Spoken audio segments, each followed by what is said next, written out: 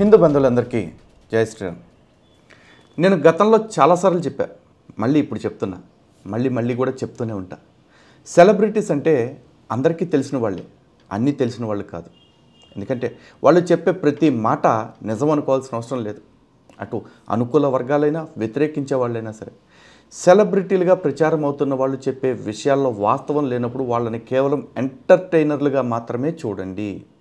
వాళ్ళు ఇచ్చేది ఇన్ఫర్మేషన్ అనుకోకండి. వాళ్ళు ఇచ్చే ఇన్ఫర్మేషన్ని దయచేసి ఎవరు కన్ఫర్మేషన్ చేసుకోకండి. ఈ మాటలు ఎందుకు చెప్పాల్సి వస్తుందంటే, నేను ఎంతగానో అభిమానించే ఒక కమెడియన్, ఒక హాస్య నటుడు పద్మశ్రీ బ్రహ్మానందం గారు నిన్న ఒక వేదికపైకి వెళ్ళారు. అది సావిత్రిబాయి పూలే జయంతి వేదిక.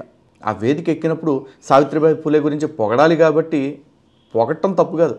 కానీ ఆవిడ్ని లేకపోతే వాళ్ళ హస్బెండ్ని పొగట్టడం కోసం సనాతన ధర్మం గురించి, వేదాల గురించి, మనుధర్మశాస్త్రం గురించి, హిందూ ఆచార వ్యవహారాల గురించి, ఆనాటి సామాజిక స్థితిగతుల గురించి చాలా జుగుప్సాకరంగా మాట్లాడారు, అవమానకరంగానే కంటే కూడా. ఎందుకంటే తెలిసి మాట్లాడి దాన్ని విమర్శనాత్మకంగా చెప్పుంటే కొంతవరకు సహించవచ్చు. కానీ తెలియని విషయాలని తెలిసినట్టుగా మాట్లాడటం నిజంగా బాధ కలిగిస్తూ ఉంటుంది. కావాలంటే ఒక్కసారి ఆయన ఏం మాట్లాడారో మీరు వినండి, తర్వాత మళ్ళీ మాట్లాడదాం. ఎంత కష్టపడ్డారండి. మనుధర్మ చరిత్రలో ఆయన మను ఏం చెప్పాడంటే, స్త్రీలకి చదువు ఉండకూడదు, స్త్రీలు అసలు బయటకు వచ్చి కనపడకూడదు. ఆల్మోస్ట్ ఇప్పటికే అవే కొంచెం ఫాలో అవుతున్నట్టున్నారు. స్త్రీలు చదువుకోకూడదు, స్త్రీలు బయటకు వచ్చి మాట్లాడకూడదు. అందుకనే ఇప్పటికీ మనకి కొన్ని బాగా మారుమూల పల్లెటూళ్ళలోకి వెళ్ళినప్పుడు ఎవరైనా ఇంట్లోకి వచ్చి మాట్లాడితే గబుగ్గురు గుమ్మం పక్కకి వెళ్ళి వారు లేరండి ఇంట్లో అని చెప్తారు. అది సంప్రదాయం అని. అదే కాకుండా ఇంకా ఇంకా ఇంకా స్త్రీ చదువుకుంటే, సో ఈ టైప్లోనే మాట్లాడుకుంటూ వెళ్ళారు. కానీ ఈయన ఏం మాట్లాడారో అనేది పాయింట్ టు పాయింట్ కౌంటర్ ఇవ్వాలి కదా. కాబట్టి ఆ కౌంటర్ ఇచ్చేటప్పుడు మళ్ళీ క్లియర్గా ఎక్స్ప్లెయిన్ చేస్తా. కానీ దీనికంటే ముందు ఇదే వేదిక మీద ఈయన ఇంకొక మాటని చెప్పాలి. దాన్ని చూసిన తర్వాత మెయిన్ పాయింట్కి వస్తా. ఒకసారి అది వినండి. దీనిలో కూడా ఇంగ్లీష్ వేరు, తెలుగు వేరు, హిందీ వేరు, తమిళ్ వేరు, మలయాళం వేరు, ఇలాగా లేకపోతే రష్యన్ వేరు. సరస్వతీదేవిని ఇన్ని రకాలుగా ముక్కలు చేయక్కర్లా. ఆవిడ ఒకతే, ఆవిడ యొక్క బిడ్డలే వీళ్ళందరూ. మీరు బాగా చెప్పారు సార్. ఎందుకంటే మీరు సావిత్రిబాయి పూలే జన్మదినానికి సంబంధించిన వేదిక మీద ఉన్నారు కాబట్టి ఆవిడని వరకు పొగిడేసి వదిలేసి వచ్చుంటే మాకు గొడవే లేదు. కానీ వాళ్ళ అభిమానుల్ని మెప్పించాలని, లేకపోతే మిమ్మల్ని ఆహ్వానించిన వాళ్ళని ఏదో మెప్పించాలని సనాతన ధర్మాన్ని ఇంత కించపరిచారు చూసారా, అది చాలా పెద్ద తప్పు అండి, చాలా పెద్ద తప్పు. కానీ ఇంతకాలంగా మమ్మల్ని ఎంటర్టైన్ చేసి ఎన్నోసార్లు మేము మా బాధల్ని మర్చిపోయేలాగా చేసిన మీలాంటి వాళ్ళని పరుషంగా మాట్లాడాలంటే నాకు నోరు రాక నా భాషని కాస్త కంట్రోల్లో పెట్టుకుంటూ ఇలా మాట్లాడాల్సి వస్తుంది. కానీ నిజంగా చెప్తున్నా కదా, చాలా డీప్గా హర్ట్ అయ్యానండి, నేనే కాదు నాలాగా చాలామంది. అయితే మీరు అన్నారు చూసారా, ఇప్పుడు సరస్వతీదేవి ఒక్కటే, వీళ్ళంతా కూడా తన బిడ్డలే అని చెప్పేసి. కానీ అదే సరస్వతీదేవి గురించి మీరు ఎవరినైతే మెప్పించాలనుకున్నారో పూలే అభిమానుల్ని, ఆ పూలే అభిమాని ఏం మాట్లాడుతున్నాడో మీరు చూడండి. పూజలు సరస్వతి టెంపుల్ మీరు అంటారు కదా, సరస్వతి ఎప్పుడు చదువు చెప్పలేదండి. చరిత్ర చెప్పండి మీరు ఒకసారి. ఏ యూనివర్సిటీలో పిహెచ్డీ చేసిందండి? విద్యాశాఖ మంత్రి చేసినావా? సావిత్రిబాయి పూలే ఈ దేశానికి చదువుల తల్లి. మీరు ఏం చరిత్ర చెప్పదలుచుకుని ఇవాళ ఈ దేశానికి? మీరు సరస్వతి నిలయాలంటారు, అంటే సరస్వతి అంటారు. ఎక్కడ చదువు చెప్పినట్టు ఈ ప్రపంచ చరిత్రలో మీరు నిరూపించండి. ఈ దేశంలో మహిళలకు అసలు చదువుకునే అవకాశమే లేదు. వీళ్ళు చేసినటువంటి పనే అది. చూశారుగా సరస్వతీదేవి గురించి ఎంత జుగుప్సకరంగా, ఎంత అవమానకరంగా మాట్లాడాడు. ఆయన ఎప్పుడూ పెద్ద తప్పు పట్టాల్సింది లేదు. ఎందుకంటే ఇన్ని తెలిసి ఒక హిందువైన మీరే ఇలా మాట్లాడినప్పుడు, హిందుత్వం పట్ల నిలువెల్లా విషాన్ని నింపుకుని, ద్వేషాన్ని నింపుకుని, విదేశీయులు రాసిన పుస్తకాల్లోని ఆలోచనలన్నీ మస్తకానికి ఎక్కించుకున్నవాడు ఇంకెలా మాట్లాడతాడు సార్? అలాగే మాట్లాడతాడు. కానీ అలాంటి వాడికి సమాధానం చెప్పాల్సిన అవసరం నాకు లేదు. కానీ ఖచ్చితంగా మీకు నేను సమాధానం చెప్పాలి. అలాగే ఇప్పుడు నేను అడుగుతున్న ప్రశ్నలు, నేను చూపిస్తున్న పాయింట్స్ ఏవైతే ఉన్నాయో దాన్ని బేస్ చేసుకుని మిమ్మల్ని మీరు కరెక్ట్ చేసుకుంటూ ఇంకో స్టేట్మెంట్ ఇస్తారా, లేదంటే హిందువులు ఎవడంటే ఎవడేం పీకుతారు, నన్నేం పీకుతారు అనుకుని వదిలేస్తారా? ఇది మీ ఇష్టం సార్. అఫ్కోర్స్ నా వీడియో మీ దగ్గరికి వస్తుందని కూడా నేను ఎక్స్పెక్ట్ చేయట్లేదు. ఎందుకంటే మీ స్టేజ్ వేరు, మీ రేంజ్ వేరు కాబట్టి. కానీ ప్రశ్నించటం నా బాధ్యత. అలాగే మీ దగ్గర నుంచి ఎప్పటికైనా సమాధానం వస్తుందన్న ఆశ లేదు కాబట్టి మా వాళ్ళకి అర్థమయ్యేలాగా ఈ వీడియో వేదికగా నేను సమాధానం చెప్తున్నా. కాబట్టి ఇలాంటి మాటలు నమ్మే హిందువులు తెలుసుకుని దయచేసి ఆలోచించి నిర్ణయం తీసుకోండి. ఎంత కష్టపడ్డారండి. మనుధర్మ చరిత్రలో ఆయన మను ఏం చెప్పాడంటే, స్త్రీలకి చదువు ఉండకూడదు, స్త్రీలు అసలు బయటకు వచ్చి కనపడకూడదు. ఆల్మోస్ట్ ఇప్పటికే అవే కొంచెం ఫాలో అవుతున్నట్టున్నారు. బ్రహ్మానందం గారు, మనువు స్త్రీల రక్షణ కోసం కొన్ని కట్టుబాట్లు కట్టడలు పెట్టిన మాట నిజమే, కానీ స్త్రీలని చదువుకోవద్దన్నాడని చెప్పారు చూసారా, దీనంత దారుణమైన మాట మరొకటి ఉండదండి. ఎందుకంటే అసలు యుగారంభంలో సత్యయుగానికి సంబంధించిన మనుధర్మం ఏదైతే ఉందో కృతయుగానికి సంబంధించింది, ఆ మనుధర్మం గురించి ఇప్పుడు మీరు ప్రస్తావన చేయటమే చాలా పెద్ద తప్పు. ఎందుకంటే ఇప్పటికే ఆ మనుధర్మ శాస్త్రంలో అనేక ప్రక్షిప్తాలు చేర్చేసి అనేక వక్రీకరణలు చేసేసి ఎంతోమంది మహామేధావులు ప్రపంచ మేధావులుగా చెప్పుకుంటున్న వాళ్ళు కూడా ఈ మనుధర్మ శాస్త్రాన్ని అడ్డం పెట్టుకుని హిందుత్వం మీద విషం కక్కిన వాళ్ళే. ఆ విషం కక్కిన వాళ్ళు కక్కేసిన దాన్ని ఇప్పటికీ గొంతులోకి ఆహారంగా తీసుకుంటూ మళ్ళీ తిరిగి వాంతులు చేసుకుంటున్న వాళ్ళు అనేక మంది ఉన్నారు. దురదృష్టం ఏంటంటే మీరు కూడా ఆ కోవలోకి చేరిపోవటం. మనుధర్మ శాస్త్రంలో స్త్రీలని అవమానించాడు అని చెప్తున్నారు కదా, మరి ఎత్ర నార్యస్తు పూజ్యంతే రమంతే తత్ర దేవతాహ అని చెప్పింది ఎవరు సార్? మనువు కదా. మనువు స్త్రీలని గౌరవించొద్దని ఎక్కడైనా చెప్పాడా? అలాగే స్త్రీల విషయంలో మనువు ఏ విధంగా గౌరవించాలో కూడా చెప్పాడు సార్. ఒకసారి చూడండి, ఇది కూడా మనుధర్మ శాస్త్రంలో నుంచే, కావాలని చూసుకోండి. పరస్త్రీలని ఏ విధంగా పిలవాలనే దాని గురించి, పరపత్నీతు యా స్త్రీ స్యాద సంబంధాచ యోనితాహ తాం బ్రూయాద్ భవతీత్యేవ్యం శుభగే భగనీతిచ. అంటే తన సహోదరులు, అంటే తనతో పాటు పుట్టిన వాళ్ళు కానీ లేకపోతే సోదర సంబంధులు కానీ కాని వాళ్ళు, బయట వాళ్ళైన స్త్రీలని ఏ విధంగా పిలవాలి అంటే శుభగే అని లేదా భగిని అని మాత్రమే పిలవమంటూ మనువు చెప్పాడు. అంటే ఈ మాటలకి ఒక అమ్మాయిని ఓ అక్క, భగిని అంటే సోదరి అని అర్థం, అక్క లేదా చెల్లి అని మాత్రమే పిలవమని చెప్పాడట. ఇదేనా మనువు స్త్రీలకు చేసిన ద్రోహం? అలాగే ఇంకొక మాట కూడా చెప్తున్నారు చూడండి, మనుస్మృతిలోనే మాత్రా స్వస్రా దుహిత్ర వాన వినిక్తా సనో భవేత్ బలవాన్ ఇంద్రియగ్రామో విద్వాంసం అపికర్షతి. ఈ ఇంద్రియాలు ఉన్నాయే, ఇవి అపారమైన బలిమి కలవి. వీటి ప్రేరణ వల్ల ఏ పాపమైనా జరగవచ్చు. ఇది చెడుదారికి మనిషిని లాగేయగలవు. కనుకనే స్త్రీలున్న చోట వారు తల్లి అయినా సోదరిమణులైనా కూతురులైనా కానీ ఏకాంతంలో వారితో కూర్చోరాదు. ఇందులో మనువు స్త్రీలకు చేసిన ద్రోహం ఏంటి? మనువు స్త్రీలకి ఈ కట్టుబాట్లు పెట్టడం వల్ల కలిగిన కష్టం ఏంటి? ఎందుకంటే అప్పుడున్న సామాజిక పరిస్థితుల ప్రకారం ఇప్పట్లాగా ఇప్పుకు తిరగటాలు, ఇప్పట్లాగా వాడితో వీడితో వావితో వరుసతో సంబంధం లేకుండా ఇన్సెస్ట్ సెక్స్లు అని చెప్పేసి కుటుంబ సంబంధాలు బాంధవ్యాలు మరిచిపోయి పశువుల్లా ప్రవర్తించే లక్షణాలు అప్పుడు లేవు. అండ్ దాన్ని సమాజం కూడా హర్షించేది కాదు. ఇప్పుడంటే సెక్స్ అంటే ఎవరిష్టం వాళ్ళదండి. చివరికి ఆడ సెక్స్ చేసుకోవటం, మగ సెక్స్ చేసుకోవటాన్ని కూడా సమర్థిస్తున్న మేధావులు బయలుదేరారు. చివరికి పిడోఫైల్ అడ్వకేసీ గ్రూప్స్ అని చెప్పేసి పసిపిల్లలతో లైంగిక సంబంధాలు పెట్టుకోవటాన్ని నేరంగా పరిగణించొద్దు అనేవాళ్ళు కూడా తయారయ్యారు. ఇక LGBTQIA+ గురించి మీకు చెప్పక్కర్లేదు. ఇవన్నీ అప్పుడు లేవు. లేకపోవటానికి కారణం మనువు పెట్టిన కట్టడులే. అండ్ మీరు అనొచ్చు, ఆడవాళ్ళకి స్వతంత్రం లేదా, వాళ్ళకి నచ్చినట్టు వాళ్ళు తిరగకూడదా అని చెప్పేసి. అయ్యా, ప్రపంచవ్యాప్తంగా చూడండి, మగోళ్ళు మమ్మల్ని రేపులు చేస్తున్నారని చెప్పేసి చెప్తున్నారు. రేప్ ఇండెక్స్లు అని చెప్పేసి గవర్నమెంట్లు ఇస్తూ ఉంటే చూసారా, అందులో కూడా చూడండి మగోళ్ళు ఆడవాళ్ళని చేసిన రేపుల గురించి ఉంటే కానీ ఆడవాళ్ళు మగోళ్ళని రేపు చేసింది ఎక్కడ కనపడదు మీకు. అంటే రక్షణ కావాల్సింది స్త్రీకే. కాబట్టి అటువంటి స్త్రీకి ఎవరి నుంచి రక్షణ కావాలంటే పురుషుల నుంచే. కాబట్టి ఆ పురుషులు కూడా ఆ తప్పులు ఎందుకు చేస్తారు అంటే ఇంద్రియ నిగ్రహం కోల్పోవటం వల్ల, లేకపోతే చిత్త చాపల్యం వల్ల. ఎందుకంటే బుద్ధి మంచిది కాదు. ఎవరి బుద్ధి అయినా కూడా బుద్ధి స్వాధీనంలో లేకపోయే అవకాశం ఎవరికైనా కలగొచ్చు. 1000 ఏళ్ళు తపస్సు చేసిన విశ్వామిత్రుడు కూడా మేనకను చూసి చెలించాడు. ఆఫ్టర్ ఆల్ మనుషులు కదా, చెలిస్తారు. కాబట్టి ఆడవాళ్ళకి రక్షణ కలగాలంటే కఠినమైన నిబంధనలు ఉండాలి. కాబట్టి అప్పట్లో మనువు ఇవన్నీ ఏర్పాటు చేయడం జరిగింది. ఇది ఒకవేళ స్త్రీలను బానిసత్వంలో నెట్టేయటం అని కొంతమంది ఫెమినిస్టులుగా ఫీల్ అయ్యే మగవాళ్ళకి అనిపించవచ్చు. కారణం ఏంటంటే ఈ మగవాళ్ళందరూ ఫెమినిస్టులు అవటానికి కారణం ఏంటి? ఇదిగో ఈ స్త్రీమూర్తులందరినీ కూడా మొగుడిని లెక్క చేయాల్సిన అవసరంలా, కుటుంబాన్ని లెక్క చేయాల్సిన అవసరంలా, అసలు బాంధవ్యాల్ని పట్టించుకోవాల్సిన అవసరంలా, పిల్లలు పుడితే వంటింట్లో బందీ అయిపోవాలా అని చెప్పి రెచ్చగొట్టి వాళ్ళని వీధుల్లోకి తీసుకొచ్చేసి ఒక మగాడికి నువ్వు బానిసగా ఉండాలా, నీ ఇష్టం వచ్చిన మగాడితో నువ్వు ఉండొచ్చు కదా అని చెప్తే వాళ్ళకి వినటానికి బాగుంటుంది, వీళ్ళకి పండటానికి బాగుంటుంది. కాబట్టి వీళ్ళు ఫెమినిజం పేరుతోటి రెచ్చగొడతారు. కానీ మనువు అటువంటి సమాజాన్ని కోరుకోలేదు, అటువంటి పరిస్థితుల్ని కోరుకోలేదు. కాబట్టి మనువు చెప్పారంతే, నువ్వు దీన్నే ఆచరించాలి, ఆచరించకపోతే చంపేయాలని ఎక్కడా లేదు. అదే బైబిల్లో ఖురాన్ లాంటి దానిలో చూడండి, ఒక స్త్రీ తన భర్తతో తప్ప వేరే వాళ్ళతో సంబంధం కలిగి ఉంటే, ఊరుకోండి, కలిగి ఉంటే కాదు, కలిగి ఉందన్న అనుమానం వస్తే ఊరు చివరికి తీసుకెళ్ళి బురద నీళ్ళు తాగించాలి, రాళ్లతో కొట్టి చంపేయాలని చెప్పేసి చెప్తా ఉన్నారు. కానీ విచిత్రంగా ఇవన్నీ ఏంటో అసలు తమరికి, మీకు కాదు మీలాంటి మేధావులందరికీ కూడా ఎంత విశాల భావాలండి అనిపిస్తాయి. మనుధర్మ శాస్త్రంలో క్వశ్చన్ చేసి కట్టళ్ళు పెట్టేసి నిబంధనలు పెట్టేసి స్త్రీ చిన్నప్పుడు తండ్రి రక్షణలో, పెద్దయ్యాక భర్త రక్షణలో, వృద్ధాప్యం వచ్చాక కొడుకు సంరక్షణలో ఒకవేళ భర్త లేకపోతే ఉండాలని చెప్తే ఏంటి స్త్రీ మీద ఇన్ని ఆంక్షలు పెడతారా? పెడతారండి. మనం ఎండల్లోకి పోతున్నప్పుడు మన కాళ్ళకి చెప్పులు వేసుకోమంటారు కానీ సూర్యుడి కింద షెల్టర్ వేస్తామని ఎవ్వడం అండో. అర్థమైందా? అలాగే సమాజంలో కష్టం ఆడవాళ్ళకు వస్తుంది కాబట్టి నిర్భయ చట్టాలు, అభయ చట్టాలు, దిశ చట్టాలు ఆడవాళ్ళ రక్షణ కోసం పెడుతున్నారు. మగవాళ్ళ కోసం అని చెప్పేసి జానీ సిన్స్ చట్టాలు, రామ్ గోపాల్ వర్మ చట్టాలు ఎవరు అడగట్లేదు.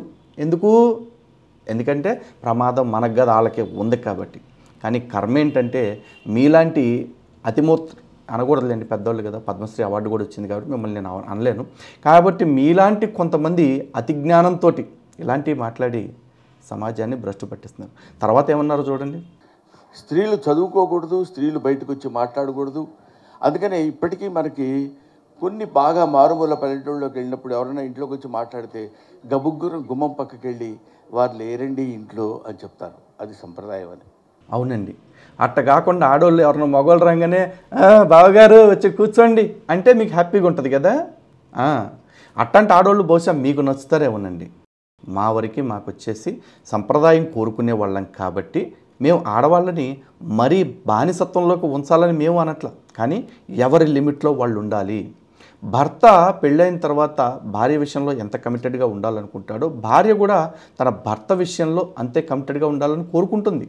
కానీ సమాజంలో లేదా శారీరకంగా చూసుకుంటే మగవాడికి ఆడవాళ్ళకి చాలా వ్యత్యాసాలు ఉన్నాయి కాబట్టి ఆడవాళ్ళు మరింత జాగ్రత్తగా ఉండాలి. అండ్ ఆడవాళ్ళకి ఎక్కువ రోల్ ఇవ్వడానికి కారణం ఏంటో తెలుసా? పురుషుడి కంటే కూడా ఒక స్త్రీ బాగుంటే ఆ కుటుంబం మొత్తం బాగుంటుంది. ఒక కుటుంబం బాగుంటే ఆ ఊరు మొత్తం బాగుంటుంది. ఒక ఊరు బాగుంటే ఆ రాష్ట్రము లేదా ఆ దేశం మొత్తం బాగుంటుంది. అప్పుడు ప్రపంచం అంతా బాగుంటుంది. ఎందుకంటే ప్రతి బిడ్డ తల్లి ఒడిలో నుంచే తన ప్రయాణాన్ని మొదలు పెడతాడు. అందుకే తల్లి ఒడే బిడ్డకి మొదటి బడి. కాబట్టి ఆ తల్లి మొదట విలువలు పాటిస్తూ ఉంటే ఆ విలువలు తన బిడ్డలకి నేర్పుతుంది. అలా కాకుండా తల్లే స్వయంగా విలువలకి వలువలు వదిలేస్తే ఆ పిల్లల్ని సమాజంలో రేపిస్టులుగా తయారవ్వచ్చు, పాపిస్టోళ్ళుగా తయారవ్వచ్చు, దొంగలు కూనీకూరలుగా తయారవ్వచ్చు, ఎలా అయినా అవ్వచ్చు. అలా అవ్వకూడదని కోరుకున్నారు కాబట్టే జరిగింది. అంతకు మించి ఏమీ లేదండి. అలాగే స్త్రీలకు అసలు చదువే ఉండకూడదని మనువు చెప్పాడన్నారు. చెప్పలేదండి. అంటే బహుశా మీరు మనుధర్మశాస్త్రం ఎవడో రాసిచ్చింది పీడిఎఫ్లు పట్టుకుని చదివేసి వచ్చేసి ఉంటారు మీటింగ్కి వెళ్ళాలన్న ఆతృతలో. అలా చేయకూడదండి. ఏదన్నా చదవాలంటే పూర్వాపరాలు పూర్తిగా తెలుసుకోవాలి. ఈ రోజున ఆడవాళ్ళు చదువుకోకూడదు అని మీరు ఏదైతే చెప్తున్నారో దానికి సజీవ ఉదాహరణ మన ఇతిహాసాలే. అందులో ద్రౌపది కావచ్చు, కుంతి కావచ్చు, సుభద్ర కావచ్చు, గాంధారి కావచ్చు, హిడింబి కావచ్చు, గంగమ్మ తల్లి కావచ్చు, వీళ్ళందరూ కూడా విదుషీమణులు.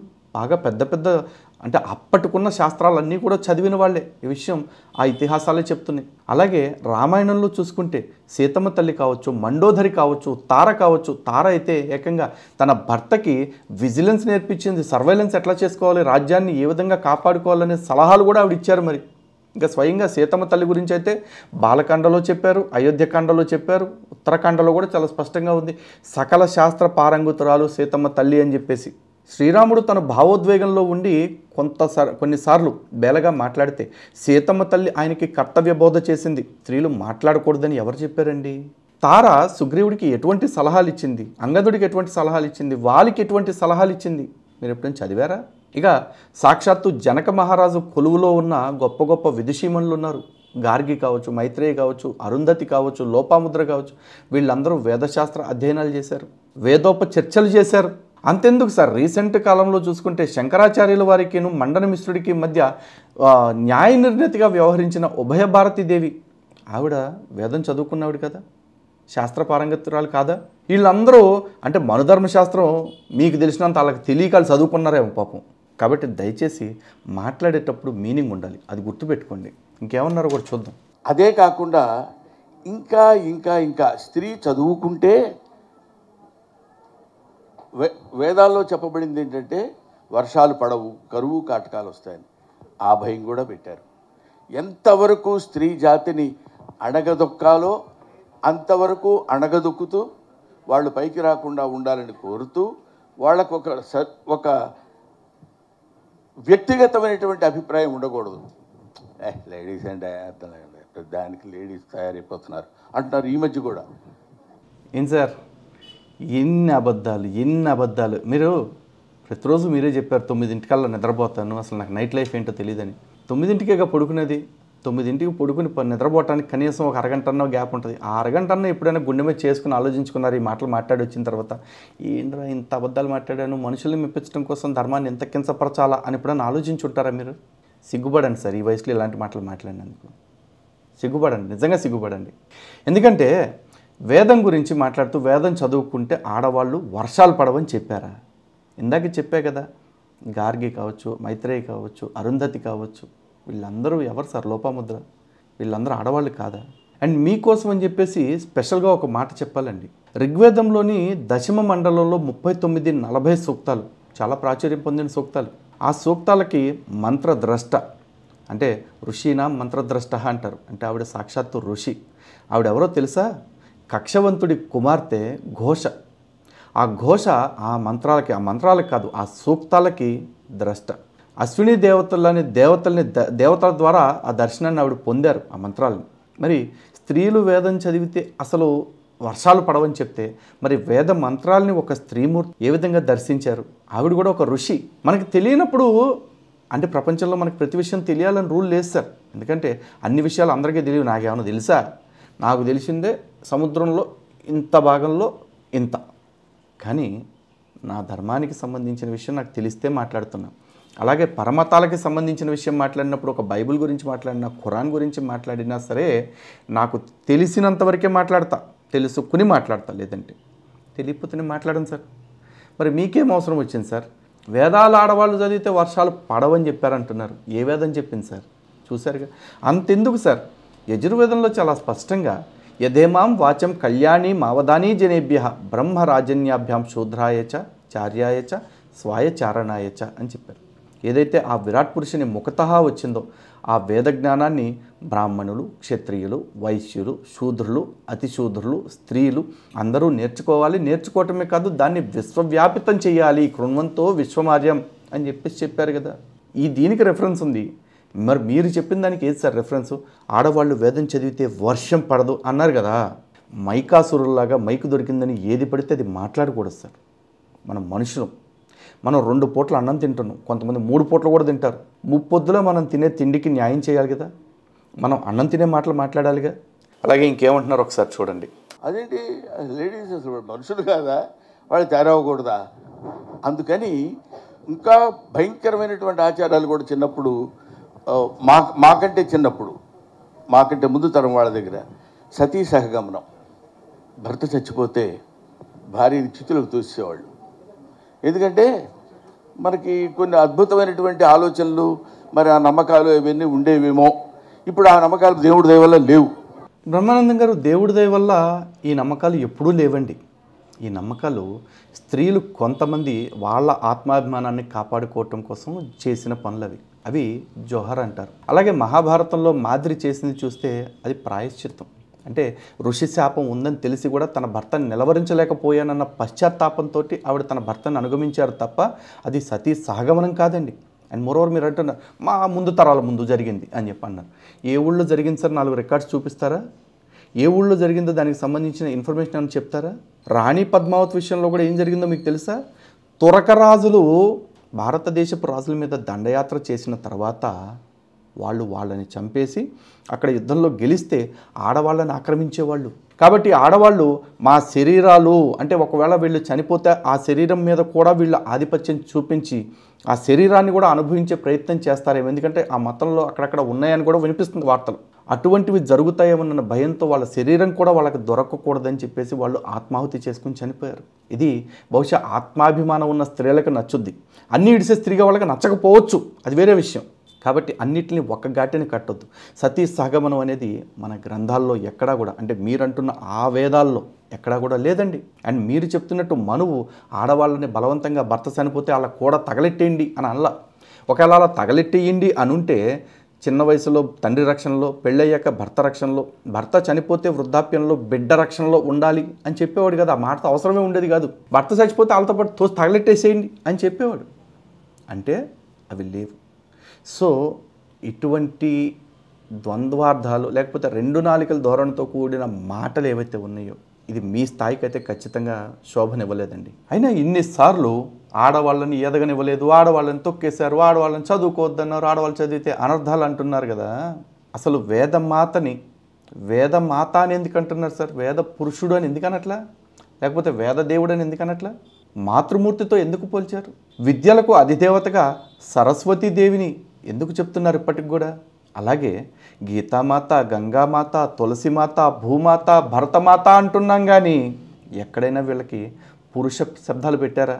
సనాతన ధర్మంలో స్త్రీని గౌరవించటం గురించి, లేకపోతే స్త్రీ యొక్క సాధికారత గురించి, స్త్రీ యొక్క విద్య గురించి చాలా ఉన్నతంగానే ఉంది బ్రహ్మానందం గారు. కేవలం మీకు తెలుసుకోలేకపోతున్నారు అంతే. మీ వయసుకి, మీ స్థాయికి, మీకున్న విద్వత్కి, మీకున్న టాలెంట్స్కి, ఎందుకంటే మల్టీ టాలెంటెడ్ అని నేను చాలాసార్లు చూశాను కాబట్టి, అన్నిటికీ మించి మీకున్న బిగ్గెస్ట్ క్వాలిఫికేషన్ ఏంటంటే మీరు కూడా హిందువు కాబట్టి, నా హిందూ పతితో భవేత్ అని నమ్ముతాను కాబట్టి, నా రెగ్యులర్ ప్యాటర్న్కి భిన్నంగా చాలా మర్యాదపూర్వకంగా, చాలా వినమ్రంగా మీకు విజ్ఞప్తి చేస్తున్నా. ఇప్పుడు బహుశా దీన్ని ఎట్లా రెక్టిఫై చేస్తారా, లేదా మీకున్న యథాతథమైన మీ స్థాయిని బట్టి వచ్చిన అహంకారాన్ని బట్టి వదిలేస్తారా, మీ ఇష్టం. కానీ దయచేసి భవిష్యత్తులో అయినా సరే ఇటువంటి మాటలు మళ్ళీ ఎక్కడ మాట్లాడకండి సార్. అలాగే మిగతా సెలబ్రిటీ ప్రపంచానికి కూడా విజ్ఞప్తి చేస్తూ ఉన్నా, హిందూ గ్రంథాల గురించి మాట్లాడేటప్పుడు అవగాహన తెచ్చుకొని మాట్లాడండి, అవగాహన ఉంటే మాట్లాడండి. కానీ మీరు మాట్లాడిందే ధర్మము, లేకపోతే మీరు మాట్లాడిందే జ్ఞానం ఉన్న అహంభావంతో మాత్రం ఖచ్చితంగా మాట్లాడొద్దని విజ్ఞప్తి చేస్తూ ఉన్నా. ఇది విజ్ఞప్తి అనుకుంటారా, హెచ్చరిక అనుకుంటారా, మీ ఇష్టం. ఎందుకంటే ప్రతి ఒక్కరికి ఇదే స్థాయిలో చెప్తాం అనుకోకండి. బ్రహ్మానందం గారు కూడా మొట్టమొదటిసారి ఇలా మాట్లాడుతున్నారు కాబట్టి ఈ టోన్లో చెప్తున్నాం. ఇదే తప్పు హ్యాబిచువల్గా ఆయన చేస్తే నా భాష మారిపోద్దండి. అది కాకుండా ఆయన కొన్ని సంవత్సరాలుగా అలాంటి వాళ్ళు ఎంతోమందికి సేవ చేశారు తన హాస్యం ద్వారా. ఇక వ్యక్తిగతంగా ఆయన మీద చాలా విమర్శలు ఉండొచ్చు, లేకపోతే ఆయన స్పీచెస్లో లోపాలు ఉండొచ్చు, అవన్నీ నాకు సంబంధంలా. ఆయన మంచోడా చెడ్డోడా అనే దాని గురించి కూడా నేను జడ్జిమెంట్లు ఇవ్వను. కారణం ఏంటంటే మనం ఉన్నది కలియుగం కాబట్టి ఇక్కడ ఎవడి మంచికి ఎవడో సర్టిఫికేట్ ఇవ్వాల్సిన అవసరం లేదు. కాబట్టి నాకు ఆయన మంచి చెడుతో కంటే కూడా ఆయన మాట్లాడిన మాటలతో, అది ధర్మానికి సంబంధించిన వాటితోటే నాకు ప్రాబ్లం. కాబట్టి నా అభిప్రాయం నిర్మోహమాటంగా చెప్పాను. బ్రహ్మానందం గారు దయచేసి ఇలాంటి పిచ్చి వ్యాఖ్యలు, దరిద్రపుగొట్టు వ్యాఖ్యలు భవిష్యత్తులో చెయ్యరు అని చెప్పేసి మనస్ఫూర్తిగా నమ్ముతూ సెలవు తీసుకుంటున్నాను. జై శ్రీరామ్, భారత్ మాతకి జై. చాలామంది హిందూ బంధువులు అనొచ్చు, అన్న ఏంటి ఎంత సాఫ్ట్గా మాట్లాడారు. చెప్పాను కదా, వారు గత 40 సంవత్సరాలుగా తెలుగు ప్రేక్షకులందరికీ కూడా తన హాస్యం ద్వారా ఎంతో రిలీఫ్ ఇచ్చారు. అటువంటి వ్యక్తిని ఒకే తప్పు కారణంగా ఒక్కసారి అంత స్థాయికి కించపరచాల్సిన అవసరం, అంత స్థాయికి దించేయాల్సిన అవసరం లేదనిపించింది. కానీ ఇది రిపీట్ అయితే ఖచ్చితంగా ఈ డోస్ లెవెల్ మారిపోతుంది.